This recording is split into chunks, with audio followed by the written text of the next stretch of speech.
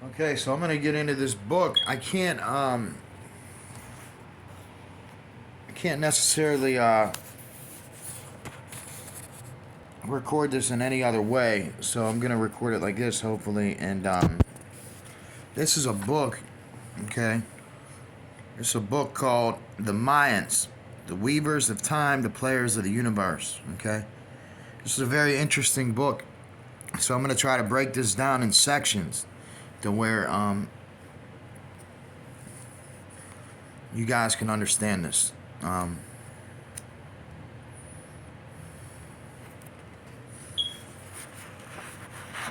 so,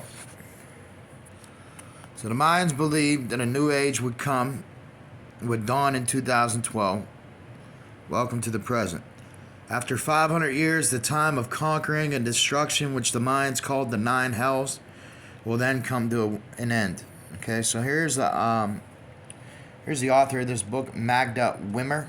Okay, and I met a Maria. Okay, Mag yesterday, which was very interesting. I thought I looked into somebody's face who I seen before. Um, just a strange experience. Um, Heidi Kerschel. Okay, so we know who the leader of the Kurds is, and we're just gonna start by this book. I'm gonna probably record about uh, I don't know, half hour worth of work right now. So, and we'll see what happens. So, this introduction. I don't own any rights to this book, and I believe this stuff should be shared with everybody, so I'm going to do that. And I believe that Miss Magda would want it to be shared as well. So, this is the introduction. Okay. So the world as a big web where everything is interconnected. Okay, so we often encounter this metaphor when we study the ancient and native peoples of this world. Now, let me just say something. The reason why I'm sharing this also is because not only is it vital information, I was told that sharing this and gaining knowledge of it will end all wars. So that is my goal that I hope to achieve by this. Okay. Okay, so when we study the ancient native peoples of this world, many native cultures and many of our ancient ancestors didn't differentiate between the world visible to our eyes and the dream world.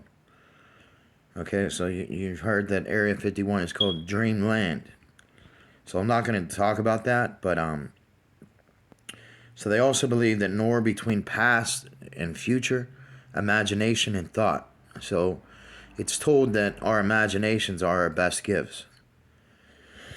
I haven't entirely been able to capture or encapsulate, I'm sure, the potential of my imagination yet, but I certainly would like to. The earth and the universe, it is all one, they say, and everything is penetrated by the same spirit.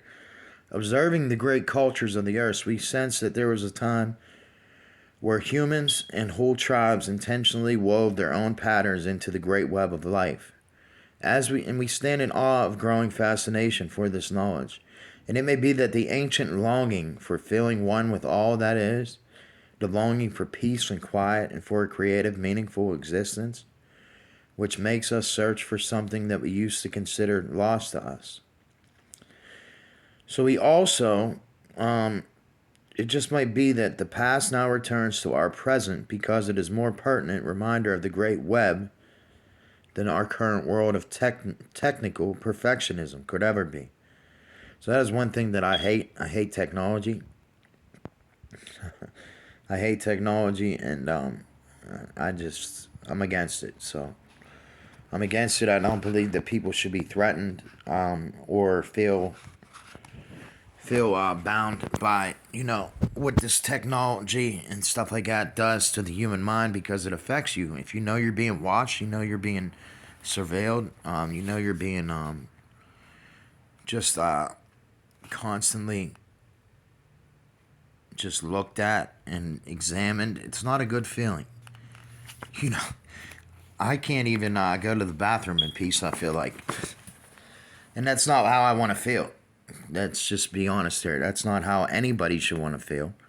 Nobody should have to feel like somebody's in their mind all the time, tweaking and picking it apart and judging it. But at the same time, I realize we judge ourselves.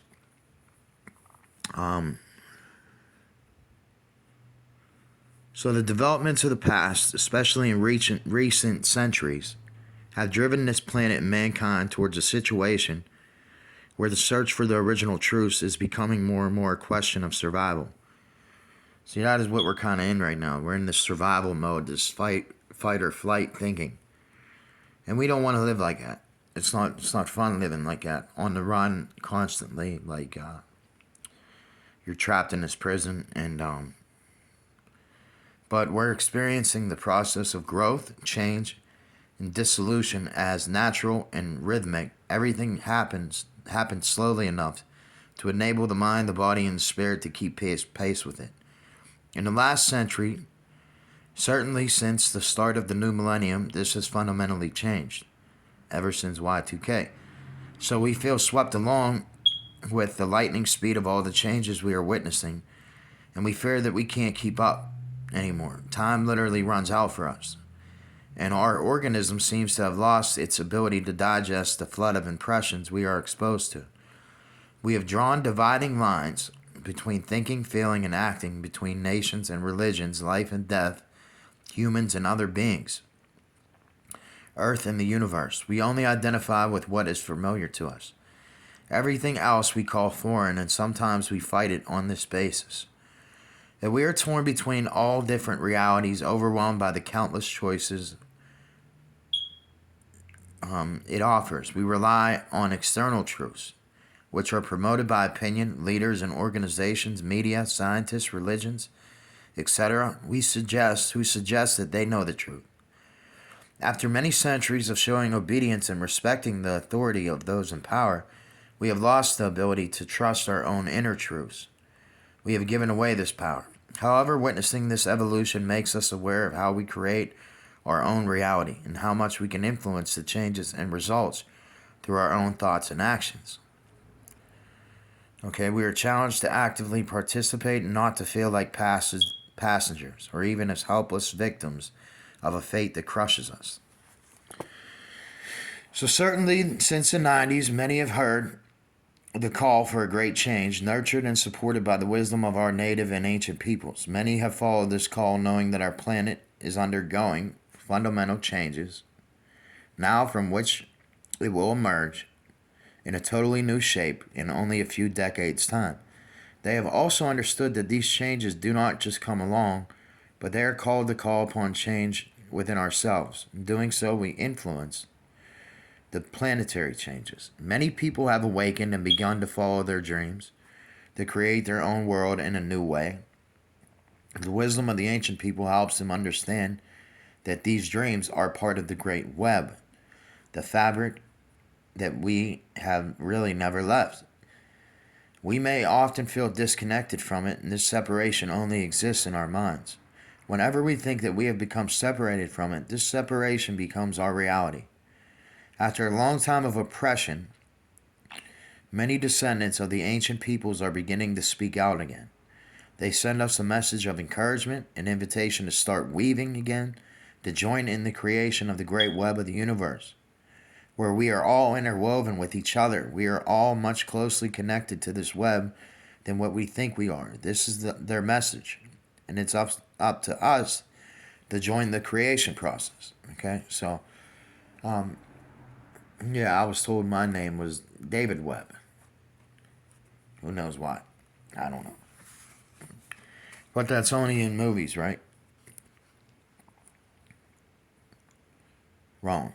So there are innumerable entrances to the web of the universe. That's why I always say Enki is the entry to the universe. And these doors open up, especially on days like the equinoxes, all the certain equinoxes, these doors open up. And these doors, can be opened up by many and all of us. If we just, if we use the keys of knowledge that, has been so kindly laid out for us, in those who have come before us, so it came to me in a dream and at first I did not follow it, thinking like many others that special things can only be accomplished by special people. However, after I had journeyed through the Mayan countries for 7 months, I came to understand that I have a task to fulfill, my own personal contribution to the great changes that mankind and our planet are currently undergoing. One of my tasks, she says, I bring you the message of the Mayans, which many consider a prophecy. Okay? But equally important, it is introducing people to the basic knowledge of the web of the universe, which the Mayans developed in their own special way, and which we call the Tzolk'in, or the Holy Mayan Calendar. They have shown us everything is interconnected, and how the calendar can teach us the art of weaving time in the universal web. My impressions of life in these countries were varied, often ambiguous. This was especially true in Guatemala, where I witnessed some extreme polarity. Centuries of conquest and destruction have left deep marks. The fight against so-called primitive cultures and the Aborigines still has not come to an end, and the power of a handful of landowners seem virtually unbroken. So we're gonna get into this, okay? Because some of these things are just so deep on so many levels, and of course, this has been hijacked. A lot of these traditions have been hijacked by religious organizations, such as the Catholic Church. Okay. I was telling somebody that the Vatican means holy snake, so we're going to talk about this. And a little bit about it. So, the fight against these so-called primitive cultures and Aborigines has not come to an end. So, it's true that most beautiful and impressive pyramids and the temple sites of the Mayans, Halcyon days, or I don't know what that's supposed to mean, Halcyon days have been preserved, but sadly the Mayans are often systematically barred from their traditional ceremonial sites. Okay, and face the persecution of performing the rituals. Yet I've found a people deeply proud of its roots, and although they may be shy and reserved, is more understandable considering all that has happened to them over the last centuries. The country may have been devastated by cruel wars and a policy of a scorched earth, but still the varied landscape hints of this country's riches, which cannot be measured in monetary terms. Now, you see that symbol? So that's a symbol. I was up at this Masonic building up by where I live, and I seen that symbol on there. So this stuff is not new. This stuff tells the story of us all, though. So that is why this stuff is so. It's so deep on so many levels. So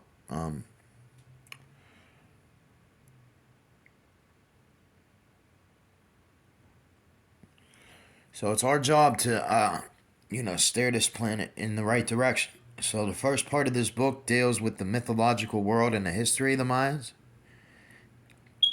and their prophecies, their disappearance, their spirituality consists of 13 chapters. Because this number is of special importance in the Mayan holy calendar, it indicates the energy flow of all developments and creative processes. See, that 13 is looked at by certain organizations and religions as a bad number. But is it not the most important number? And we'll find out why. So the ancient Mayan people tell the story of the Mayans. They are and how important they are for this planet. The Popol Vuh, the Book of Wisdom, describes their origins, which all humans have in common. And the Mayans say that they hail from the earth as much as from the stars. I was in the Book of Mormon, and we were talking about in this Bible study I was at, at this Mormon church, and they understand this stuff. They know that they come from the stars. Um, they know that we come from the stars, in as much as the earth. They know that we are part of the earth, in as much as part of the stars. They know that we are stars trapped in men's bodies, and that we will once again return to the stars. That's what this new age is about. So this is the universe, and why they depicted it on their stones and in their temples, the patterns of the universe and time. It's 13 essential numbers, numbers interwoven with the 20 sun signs, make up the web of the universe, which has no beginning and no end. So, and the Mayans tell us that it's time for the ancient peoples to return and to be heard, so all humans will remember this wisdom. Chapter 2 will come for man's power and the anger of the gods, follows the Mayan mythology, tell us how mankind was made of corn, how perfectly humans were created. But they soon began to forget their original wisdom, and they began to develop in different ways. The Mayans say that they came from everywhere, and then they went in all different directions. It's also interesting to note that the word Maya is found in many great cultures. So, yeah, this is so the players of the universe shows how the Mayans saw themselves as players of the great game of the universe. It's important for them to know the rules of this game, and they have studied them to perfection. As a result, they've measured incredibly long cycles of time, recorded all cycles of planetary life and mankind. And many of these important cycles, are small and great, appear to be coming to an end now. All of these cycles point to a special date, December 21st of 2012. This chapter tells the whole history of the Mayans, okay, up to when the Spaniards arrived. The history is told from different points of view. One is the view of the Western world. The other is the view of the native people. Chapter 4, the opponents, narrates what happened when the Mayan encountered the opposing teams. The players coming from Europe, the great game of the universe changed. Increasingly, it became a game of life and death. We hope to God that, this game of life and death and fear and imprisonment comes to an end. In these troubled times, maintaining a close connection to the earth and the universe required a great effort. On the other hand, maintaining this close connection would be the key to their survival. The new power players were carriers of terrible, incurable disease and greed. To satisfy their desires, they destroyed everything that stood in their way. The ancient peoples needed to hide their wisdom and fight for the most basic needs. Chapter 5, the Pyramid God. The Pyramid God is Kukulkan. Okay? So they say the name of God is Pikapakukulkan, the feathered serpent. And they this is the Mayans,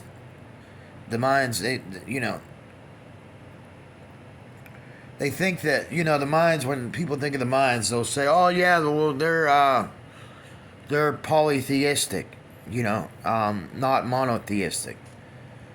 But it's a misunderstanding. So the Mayans believe in one, they believe in the energy. God is like, the life source of the universe, rather than a personified God. Feeling connected to all that is and being firmly rooted on Mother Earth has helped these people survive their genocide. So they believe in Hunab Ku. Okay, this is just an energy force. Okay, chapter 6, the people's resistance, is about the present time in Guatemala, the area where the Mayans primarily lived. Rigoberta Menchú, a young indigenous Mayan, won the Nobel Peace Prize in 1992, making a time when the people all over the world finally realized what had been going on in the Americas. So once again, the Mormons believed that the Americas were very ancient and very special. So we hear the story of Rigoberta's family killed by the military in the 1980s. She wanted to unite her people. peace would still be a long process, she said, and after many years in exile, she returned to her country. She can feel the smell of the mountains. How beautiful would that be? Chapter 7, Mind, Spirituality. As the number 7 is the center or the turning point in the wave of the 13 numbers, and since the number 7 is a holy number in many great religions and cultures, this chapter is dedicated to the spiritual wisdom of the Mayan culture. Their wisdom has allowed the Mayans and native people to maintain the connection between Mother Earth and the universe over a time on behalf of all mankind. This chapter is about their spirituality and their connection to the Great Spirit. Okay, so you notice the Native Americans call the Great Spirit. In the Book of Mormon, it calls Amon the Great Spirit. Okay, the Mayans call the Great Spirit Hunab Ku, the God of the pyramids. Even though God can be discovered within everything, the flood of impressions we are exposed to every day sometimes clouds our vision. Therefore, the Mayans use universal symbols to remind us of our source, the great creator, who is also expressed through Mayan code of ethics, saying in Lekcha, which means I am you and you are me. Their daily life, so you'll hear that a lot. I am that I am. Okay, I am you, you are me, and we are one. So the Weavers of Time, Chapter 8. This chapter shows the Mayans' artistry and their understanding of life and time. The 13 numbers, the 20 signs serve as a metaphor of the development of a baby, which is very interesting. This is actually the biggest secret there is. In the development of a baby from conception until birth, until the course of life of man on this planet. We learn, see, there are some people, and the Jews believe that if you don't learn the Torah, don't learn the law and things like that, you go back into the womb. But we know that Jesus taught that you must be born again and become like a child. Not go back into the womb, but constantly grow. So in the book of Thoth, in the Emerald Tablets, it talks about when that Thoth, he passed through the halls of Amenti constantly until he, learned to neglect his flesh to a point to where he became fully in one glory with the Father, or with God, to where he became absolute all light. So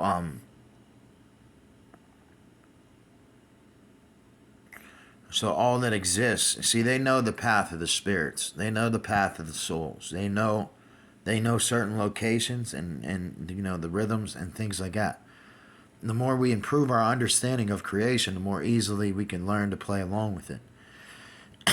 Chapter 9 talks about the way back into the future. This chapter gives us an idea how the patterns described in Chapter 8 can be applied to measuring long time cycles. So the Mayans observed star constellations and their movements, and they knew how these constellations would change over thousands of years. Now, see, I find it interesting that these constellations move over thousands of years. So they're able to pinpoint crucial events in the past and in the future. See, time keeps flowing like a river. It's a never-ending cycle, which moves like a spiral. That would be the Fibonacci sequence. Okay? And the spiritual leaders of native peoples are now gathering all around the world and are ready to go public again. They say that their ancestors have called them to speak out about what they know. We all need to start remembering who we are and where we came from. Okay?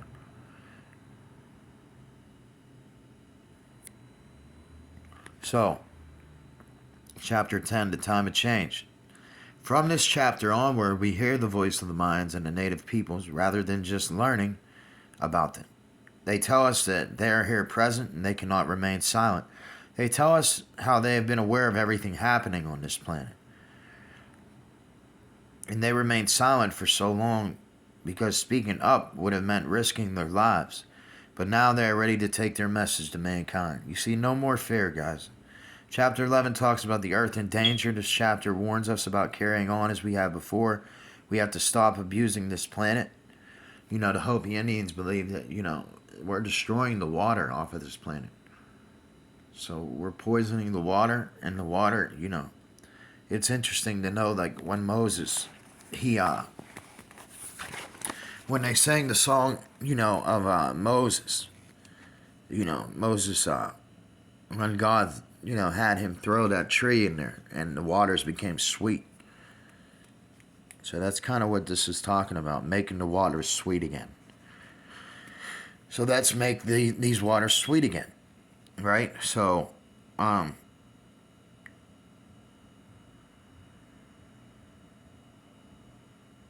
it's about the choices we need to make now in order to safeguard life upon earth, okay? This chapter tells us to let go of our fear because it's polluting our energy fields. Fear is the lie. This dense energy of fear manifests itself or war, pollution, and violence for thousands of years. The ancient people have preserved their prophecies about the fate of this planet for us. Chapter 12 talks about the ending separation. In this chapter, native peoples speak about their life experiences with Western societies, with our lifestyle, and the way of life they describe as the reaction or as the reason of untold destruction. They share the basic rules of the big game of the universe and how they honor life so we can make the right choices that enable